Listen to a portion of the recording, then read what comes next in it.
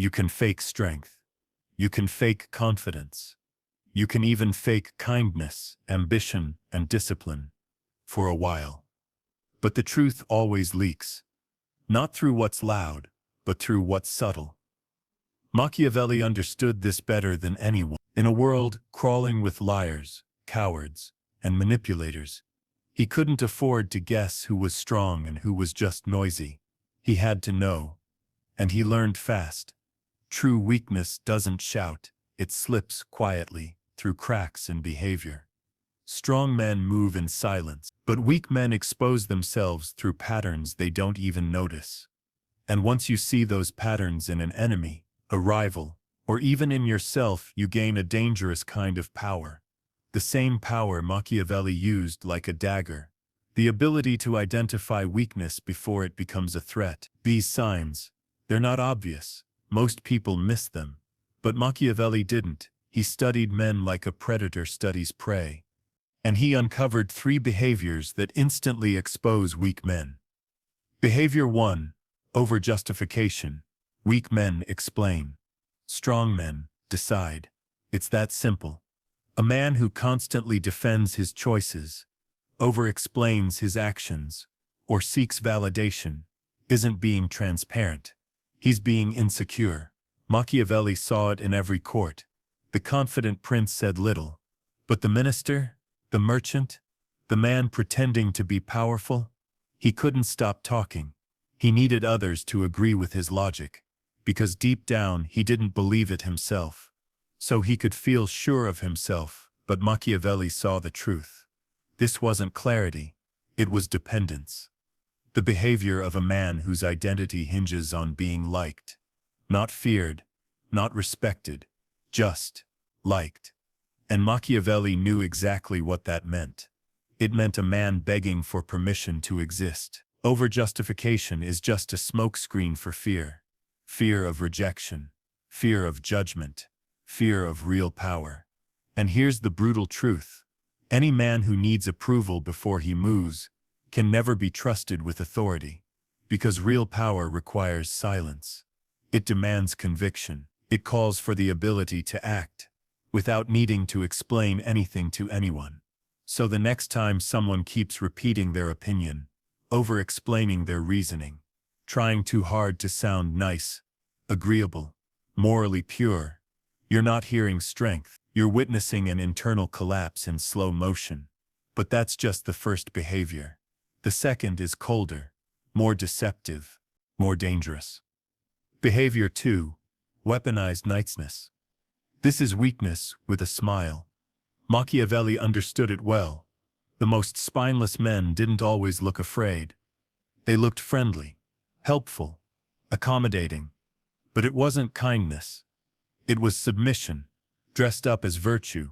A strong man can be kind, but his kindness is measured, purposeful, never at the cost of his self-respect. A weak man, he tries to be agreeable, always. He agrees to avoid tension. He flatters to be accepted. He stays silent when he should speak.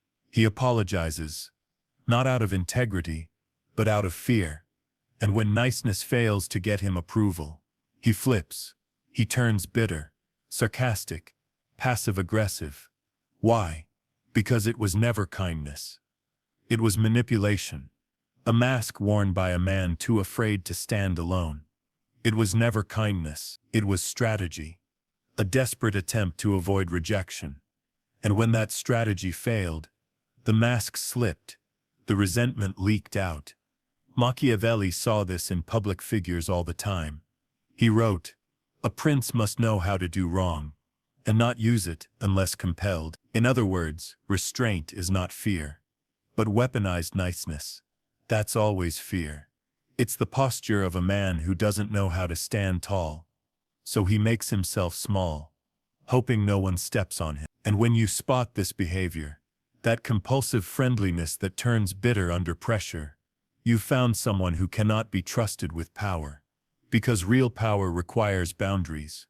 It requires the ability to say no without apology, to face conflict, without collapsing into fake smiles. Machiavelli watched for this behavior like a hawk. Because it told him one thing: this man's loyalty will break the moment it's tested. But then there's a third behavior, one that's louder, more desperate, and almost painful to witness. Behavior 3. Display addiction. You've seen it. The man who always needs an audience, who can't sit still without attention, who posts constantly, speaks loudly, exaggerates every win, turns every moment into a performance. Machiavelli saw them everywhere, and he understood what most people still don't. The man who needs to be seen is terrified of being forgotten. That fear, it's weakness, not the kind born from poverty, but from something worse, wrought at the root of identity. Because display addiction isn't confidence, it's panic. It's the twitch of someone with no internal foundation, no inner anchor. They believe if they're not being noticed, liked, praised, envied, then they don't exist. Their value disappears with the spotlight. And that's exactly why Machiavelli saw them, not as assets, but as liabilities. These men will do anything for attention, lie, embellish, betray. They'll expose secrets, turn on allies, create enemies out of thin air, so long as someone is watching, because to them silence is death. Stillness, it means irrelevance, and the worst fate imaginable is to be forgotten. Machiavelli understood this with brutal clarity. A man addicted to the spotlight is just a puppet waiting to be pulled. And if you ever wanted to ruin him, you wouldn't even have to attack. Just ignore him, take away the applause, cut off the attention, make him invisible. Watch how fast he crumbles.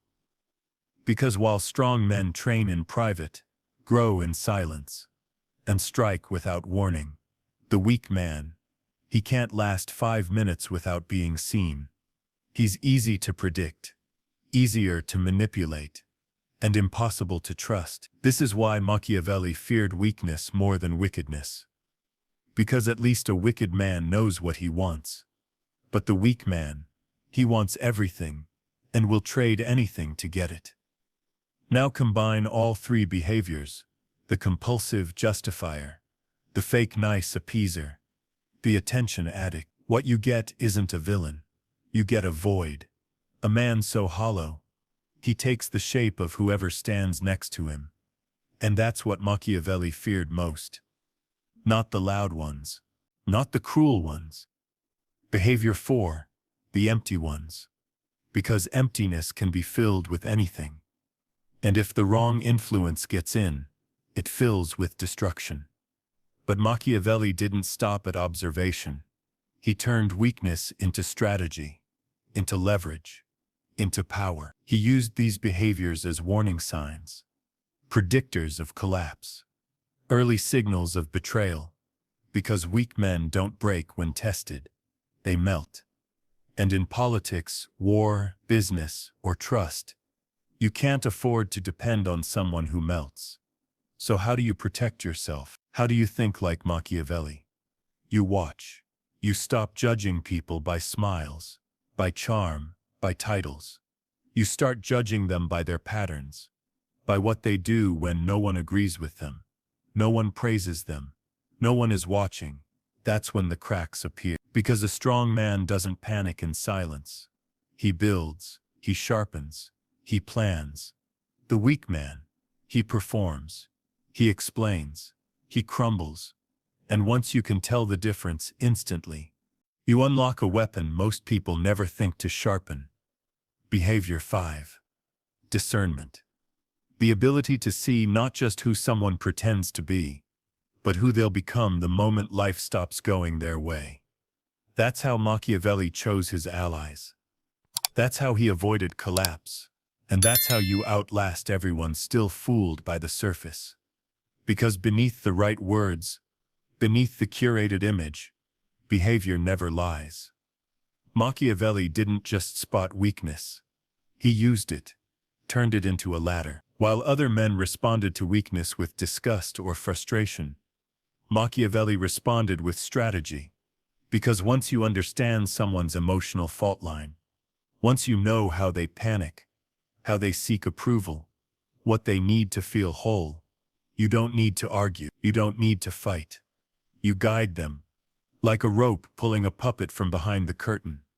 He understood something most never do. The weak man wants to be led.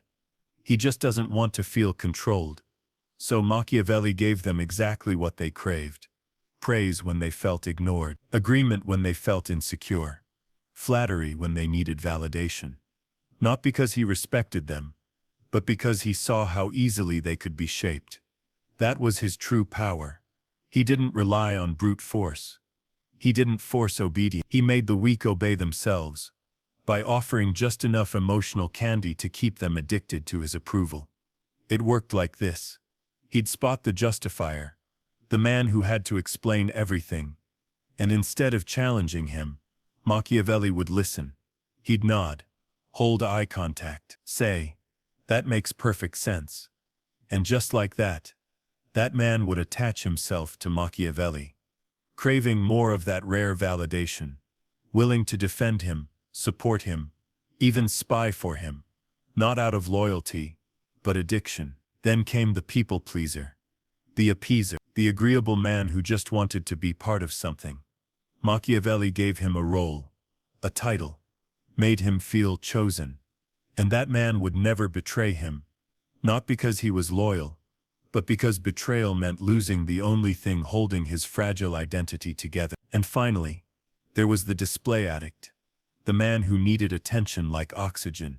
Machiavelli would offer him the stage, let him speak in meetings, let him take credit publicly for ideas that secretly served Machiavelli's goal. He let him wear the costume of influence, while behind the scenes, Machiavelli wrote the script. Because he knew a truth most never see. If you give a weak man the illusion of power, he'll never question who actually holds it. This is how empires are built. Not through war, not through blood, but through psychological engineering. You identify the weak, and then you let them build your palace. Out of their desperation to be seen, to be approved, to be included. And if they ever turn on you, you don't fight. You don't retaliate.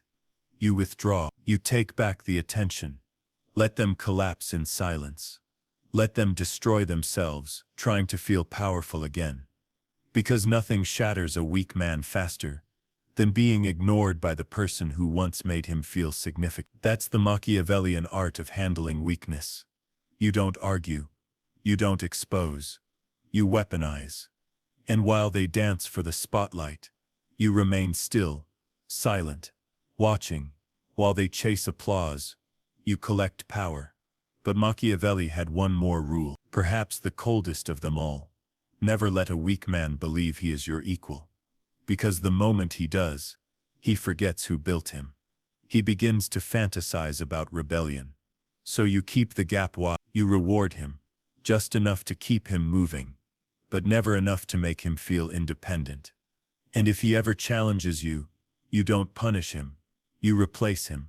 Because there's no shortage of weak men starving for validation. But there is only one. That's the Machiavellian way. Not domination by force, but direction by instinct. Not managing people, but puppeteering their insecurities, until they call it loyalty. You don't need a title. You don't need a crown. You don't even need to speak loudly to control weak men. All you need is understanding and silence. Machiavelli knew, the best manipulation never looks like manipulation. It looks like friendship. It looks like mentorship. It looks like presence. Because weak men aren't watching for truth. They're watching for signal. And once you understand that, you can shape their entire behavior, without ever raising your voice. This is how Machiavelli moved, through courts, governments, and alliances, without ever needing brute strength. He didn't chase influence. He let weak men come to him. And when they did, he played a role. The quiet listener to the over-explained. The calm center to the anxious people-pleaser. The shadow architect behind the attention-hungry puppet. He didn't resist their flaws. He fed them, just enough to keep them performing. And in return he received everything they thought they were offering freely: loyalty, without asking; defense, without orders; obedience, without command. This is what you must understand. If you want true Machiavellian power, the best form of control is the kind they never even recognize. When they believe the decision was theirs, when they choose to follow you, when they feel proud of serving you, not because you demanded it, but because you never had to. Let's break it down further. Behavior 6. Speak less than they expect. The weaker the man, the more he craves verbal affirmation. So you offer silence. Strategic silence. You let him overexpose himself. Let him talk himself into guilt, into loyalty, into admiration. And when you do speak, make your words feel earned. A single compliment, a rare nod of approval, a moment of quiet advice. That becomes gold in his mind. He starts to chase it. He talks about it. He defines himself around it. Now he's not just working with you. He's working for something inside himself. Something you created.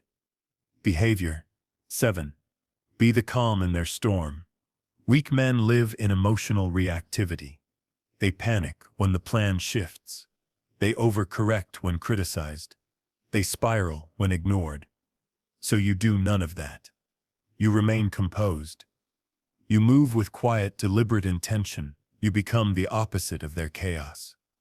And in that contrast, they start to believe he must know something I don't. He's in control. I should follow his lead. They don't follow you because you told them to. They follow you because their instincts tell them to. They begin to project stability onto you. Not because you claimed it, but because their own identity is quietly collapsing. And once that happens, your influence becomes invisible and total. Behavior 8. Reward with unpredictability.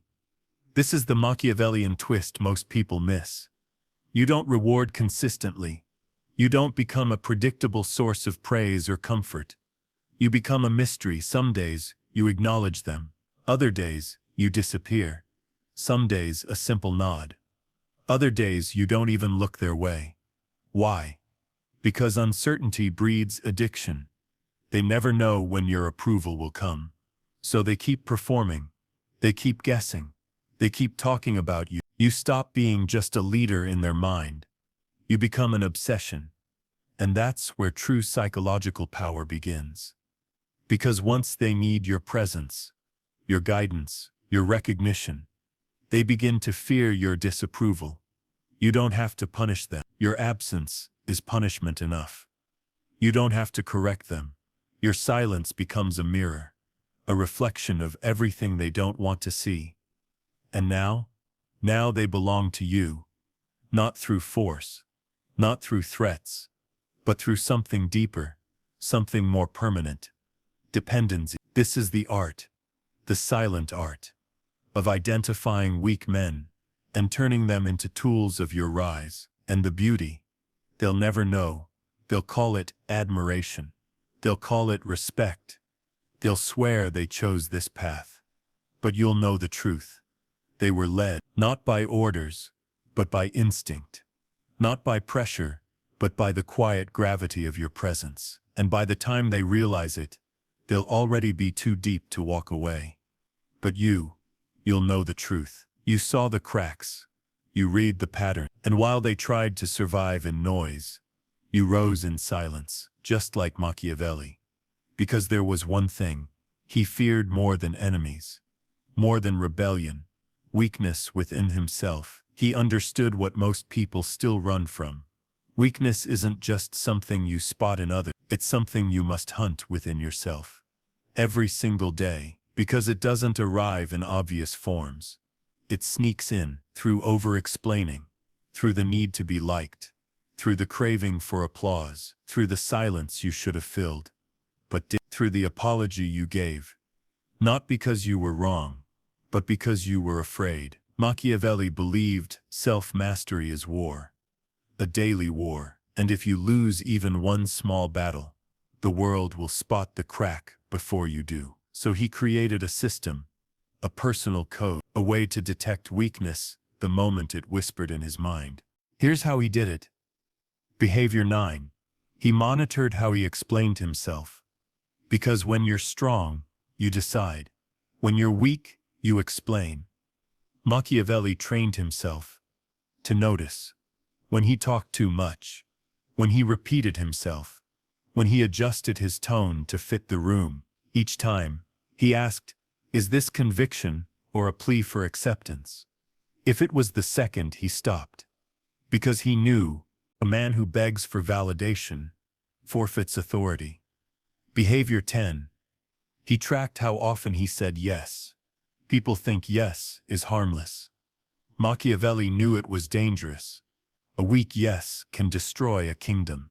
Yes, to avoid conflict. Yes, to gain favor. Yes, without boundaries. So he trained himself to pause. Every time.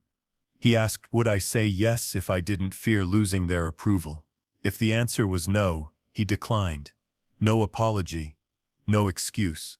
Because he understood the moment your word loses weight, you lose power, even in your own eyes. Behavior 11. He measured how silence felt.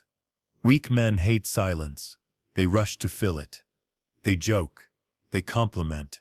They explain. Because silence reveals what words try to hide. The truth. But Machiavelli made silence his weapon. He practiced it in rooms full of noise. He measured his comfort inside it. And when silence felt tense, he didn't escape it. He leaned into it. Why? Because silence, when mastered, becomes presence. And presence, when mastered, becomes intimidation without intention. Behavior 12. He resisted unnecessary exposure. The weak man always wants to be seen. The strong man, he chooses when. Machiavelli practiced invisibility.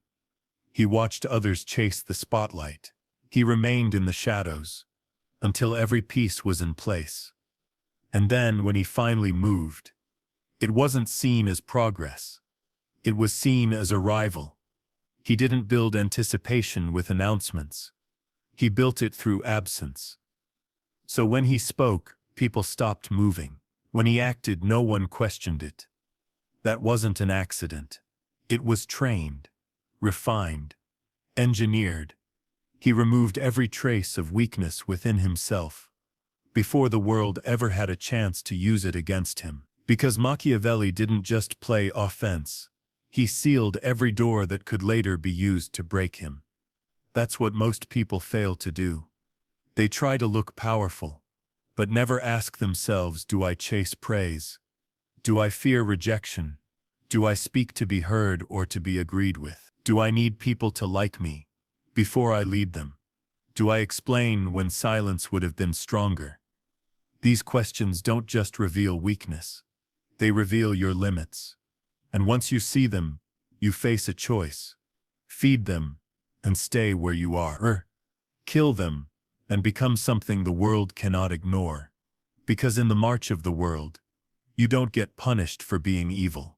You get punished for being predictable, for being emotional, for being weak. So you strip it out bit by bit, word by word, decision by decision, until one day, you speak, and people freeze. You move and people adjust. You lead and no one asks how you got there. Because they won't see a man trying to look strong. They'll see a man who's been forged in silence. Respect isn't demanded. It isn't asked for. It's definitely never begged for. It's engineered. And Machiavelli knew the blueprint. He understood this final law. The highest form of respect is the kind that doesn't fade in your absence. It lingers. It echoes. It shapes the room long after you've left it. The kind of power that silences a room before you speak. It comes from one thing: mastery over what weak men fear most. See, weak men fear discomfort. They fear being disliked. They fear standing alone in a room full of noise. But the Machiavellian man, he embraces it. He doesn't run from tension. He walks into it. He doesn't collapse under judgment. he sharpens because of it. Because once you kill the instinct to justify, once you stop chasing applause, once you strip every trace of fear-driven behavior from your identity, you become something rare, something aliens to the average man, something untouchable. And that's exactly why people begin to respect you. Not because you speak louder, not because you seem kind, but because you reveal nothing. And that terrifies them. It's human nature. We fear what we cannot figure out. So when you walk into a room, and you don't need to prove anything, when you hold your posture while others flinch, when your silence weighs more than their best words, you change the dynamic. You don't chase respect. You become the source of it. People shift their tone around you. They measure their words. They watch themselves more closely, because they don't want to be seen as weak in your presence. Why? Because you've mastered what they haven't. You've killed the need for constant validation. You've silenced the voice that craves attention. You've made peace with your own solitude, which makes your approval incredibly rare. And rare things are always valuable. This is the final Machiavellian tactic. Make your respect expensive. Don't give it easily. Don't flatter casually. Don't smile for free. Make them earn it, because once they realize you're not moved by charm, not swayed by pressure, not impressed by popularity, they'll either rise to your standard or they'll vanish. And either way, you win. You gain stronger allies, or you expose the ones too weak to walk beside you. This is how you rule, not with the kind of power you shout about, but with the kind that's felt, the kind that makes people ask, why does he make me uncomfortable? Why do I care what he thinks of me? What does he see that I don't? That's not intimidation. That's presence. That's control. That's the Machiavellian way. That's presence. And presence is built by removing every behavior that exposes weakness in them and in yourself. Because once you've done that, once you've purified your speech, refined your silence, and made your identity unshakable, you become what Machiavelli admired most. A man who doesn't just command respect. He doesn't give them a choice. Not through cruelty, not through fear, but through sheer, undeniable calibration. You become the standard they measure against. The mirror that reflects their insecurities. The quiet reminder that true strength never introduces itself. So let the weak reveal themselves. Let them talk. Let them chase comfort. Let them grasp for attention. And while they perform, you build in silence, with precision, until one day, they can't stop watching. They can't stop adjusting. They can't understand how they lost to someone who never even played their game. That's the final lesson. You don't expose weak men by confronting them. You expose them by never needing to. That is Machiavellian power.